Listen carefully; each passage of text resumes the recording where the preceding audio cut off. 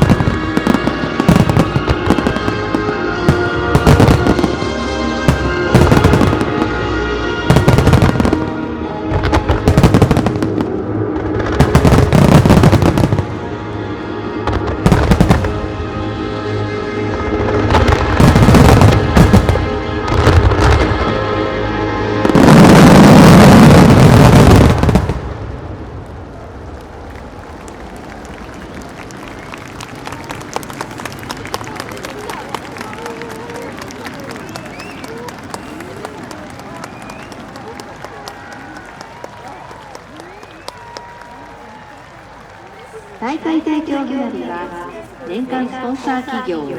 エイブリック株式会社、大和証券株式会社、株式会社交通建設、秋田エプソン株式会社、東日本旅客鉄道株式会社秋田支社、株式会社大山バイオマスエナジー、アネスト岩田株式会社秋田工場、天馬ジャパン株式会社、 TDK 株式会社、株式会社レッドクリフ、以上10社の年間スポンサー企業様と大曲の花火実行委員会の提供でお送りしました。